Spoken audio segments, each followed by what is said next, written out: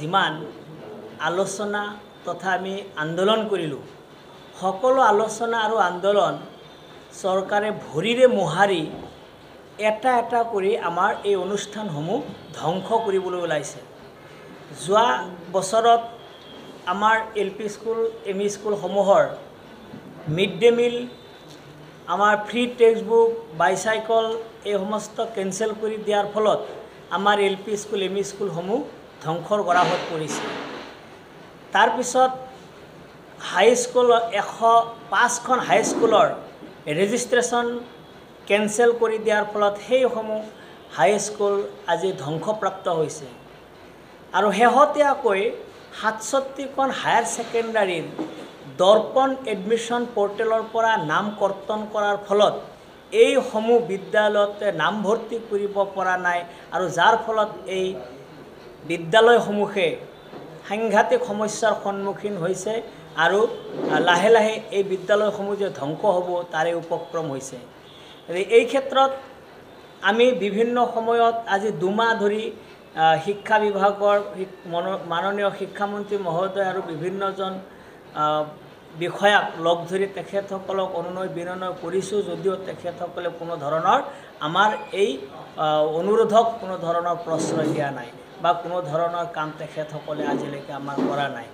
এই 67খন higher secondary বন্ধ হ'লে অৰ্থাৎ এডমিশ্যন ল'ব নোৱাৰাৰ ফলত প্ৰায় 7,000-8,000 ছাত্ৰ ছাত্ৰীয়ে এই অনুষ্ঠানসমূহত এডমিশ্যন ল'ব পৰা নাই, যাৰ ফলত প্ৰায় 40 কিলোমিটাৰ বা 30 কিলোমিটাৰ জেগা বেলেগ এখন বিদ্যালয়ত তেওঁলোকে এই ছাত্ৰ ছাত্ৰীসকলে এডমিশ্যনো ল'ব পৰা নাই আৰু যাৰ ফলত বিদ্যালয় শিক্ষাৰ পৰা এইসকল ছাত্ৰ ছাত্ৰী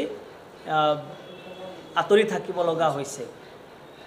আৰু তাৰ উপৰিও আমাৰ এই 67খন হায়াৰ ছেকেণ্ডাৰীৰ আমাৰ হায়াৰ এডুকেশ্যন কাউন্সিলে অৰ্থাৎ আসাম ছেকেণ্ডাৰী এডুকেশ্যন কাউন্সিলে এই অনুষ্ঠানসমূহক উচ্চ পৰ্যায়ৰ বিষয়া কৰ্মচাৰীৰ জৰিয়তে ফিজিকেল ভেৰিফিকেশ্যন কৰি এইসকলক ফিজিবিলিটি ৰিপৰ্ট অৰ্থাৎ এখন চাৰ্টিফিকেট প্ৰদান কৰিছে স্কুলখন চলাই নিয়াৰ কাৰণে। এই চাৰ্টিফিকেটসমূহক চৰকাৰে নৎসাত কৰি এইসকল বিদ্যালয়ক এডমিশ্যন পৰ্টেলৰ পৰা নাম কৰ্তন কৰি দিছে। গতিকে এনেকুৱা এখন ডাঙৰ উচ্চ পৰ্যায়ৰ কাউন্সিলে দিয়া চাৰ্টিফিকেটসমূহ তেখেতসকলে নৎসাত কৰিছে। তেতিয়াহ'লে যদি তেখেতসকলে দিয়া ফিজিকেল ভেৰিফিকেশ্যনটো চৰকাৰে মানি নলয়, কিন্তু অথচ সেই অনুষ্ঠানে অৰ্থাৎ কাউন্সিলে আমাৰ ছাত্ৰ ছাত্ৰীসকলক দিয়া চাৰ্টিফিকেট বা মাৰ্কশ্বিট চৰকাৰে বৈধ বুলি ঘোষণা কৰে বা লজ্জাজনক আৰু নিন্দনীয় কাৰ্য। আৰু আমি আশা ৰাখিছোঁ চৰকাৰে আমি এই অনুষ্ঠানসমূহক জীয়াই ৰখাৰ কাৰণে এডমিশ্যন দিয়াৰ কাৰণে পৰ্টেলসমূহ অচিৰেই খুলি দিব। আমি চৰকাৰৰ ওচৰত বিনম্ৰ অনুৰোধ জনাইছোঁ যাতে পৰৱৰ্তী অনুষ্ঠানতে আমি এই অনুষ্ঠানসমূহ জীয়াই ৰখাৰ কাৰণে চৰকাৰে অচিৰেই পদক্ষেপ হাতত লয়, তাৰ কাৰণে চৰকাৰক আমি বিনম্ৰ অনুৰোধ জনাইছোঁ। আমি সভাপতি আপোনালোকক সকলো সমস্যাৰ বিষয়ে অৱগত কৰিছেই। অসম চৰকাৰৰ মাননীয় মুখ্যমন্ত্ৰী মহোদয়ে যোৱা 2020 চনৰ 20 অক্টোবৰ তাৰিখে আমাৰ অপ্ৰাদেশিত শিক্ষক কৰ্মচাৰীৰ লগত যি আলোচনা হৈছিলে, এই আলোচনাৰ মৰ্মে তেখেতে আমাৰ সন্থাক এটা দায়িত্ব দিছিল, এটা গ্ৰাউণ্ড জিৰ' ৰিপৰ্ট প্ৰদান কৰিবলৈ। ইতিমধ্যে সংস্থাই মাননীয় মুখ্যমন্ত্ৰী মহোদয়ক এই ৰিপৰ্ট প্ৰদান কৰিলে আৰু এই ৰিপৰ্ট প্ৰদান কৰাৰ পাছত আমাৰ LP পৰা ডিগ্ৰী কলেজলৈকে যিখিনি সমস্যা আছিলে আৰু 2013 চন আৰু 2021 চনত যিসকল শিক্ষক পদ প্ৰাদেশিকৰণ আইনৰ পৰা বাহিৰত ৰৈ আছিলে, এই সকলোখিনি সমস্যা সমাধান কৰা ইতিমধ্যে মুখ্যমন্ত্ৰী মহোদয়ে আশ্বাস দিছিল আৰু সেই আশ্বাসৰ প্ৰতি আমি সন্মান জনাই আমি সন্থাই তেখেতক সম্পূৰ্ণ ডাটাসমূহ প্ৰদান কৰিছিলোঁ।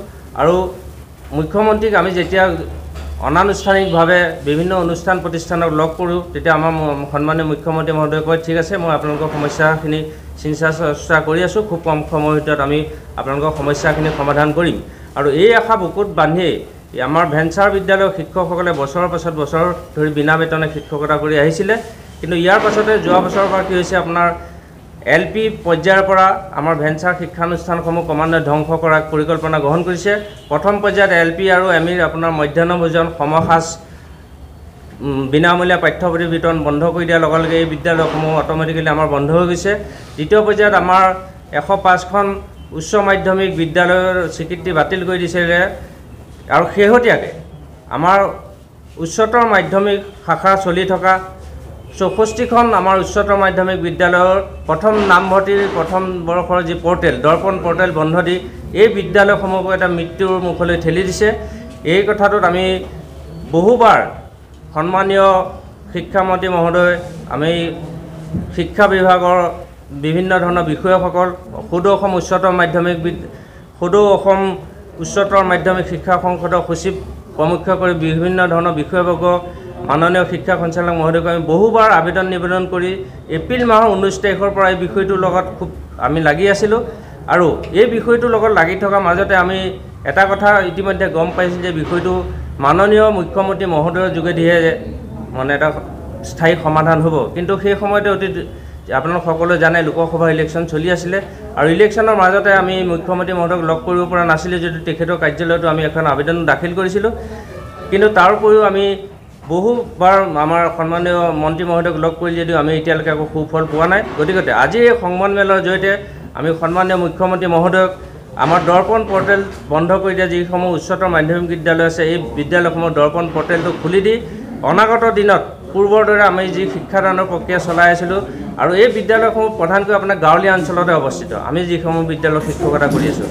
ইতিমধ্যে আপোনালোক সকলোৱে গম পাইছে যে বিভিন্ন জিলাত দৰ্পণ পৰ্টেলৰ আপোনাৰ first merit list, second merit list ওলাইছে, কিন্তু প্ৰায়বিলাক বিদ্যালয়তে কি হৈছে বহু সংখ্যক ছাত্ৰ ছাত্ৰী এতিয়া আমাৰ ধুবুৰী হওক বা লখিমপুৰ হওক, ধেমাজি, বিশ্বনাথৰ কিছু সংখ্যক ছাত্ৰ ছাত্ৰী নামভৰ্তি প্ৰক্ৰিয়াৰ পৰা বাদ পৰি গৈছে। মানে প্ৰথম লিষ্ট ওলালে পাম, ছেকেণ্ড লিষ্ট ওলাম পাম আৰু ইয়াৰ ফলস্বৰূপে কি হৈছে প্ৰাইভেট যিখিনি বিদ্যালয় আছে তাত তেওঁলোকে এটা উচ্চ মানৰ এটা নামভৰ্তি মাচুলি তাত নামভৰ্তি প্ৰদান কৰিবলগীয়া আছে।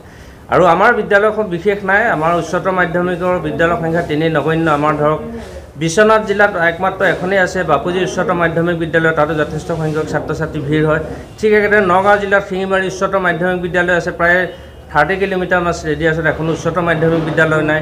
মহোদয় সকলো কথা কৈছে, মোৰ ক'বলগীয়া এটাই যাতে আমাৰ দৰ্পণ পৰ্টেলটো চৰকাৰে আমাক খুলি দিয়ক, কাৰণ এতিয়াও প্ৰায় আমাৰ যোৰহাট জিলাতে হওক বিভিন্ন জিলাত এতিয়া মানে প্ৰায় 40% ছাত্ৰ ছাত্ৰীয়ে প্ৰাইভেট স্কুলত বা কলেজত নাম লগাব নোৱাৰাৰ কাৰণে বঞ্চিত হৈ আছে।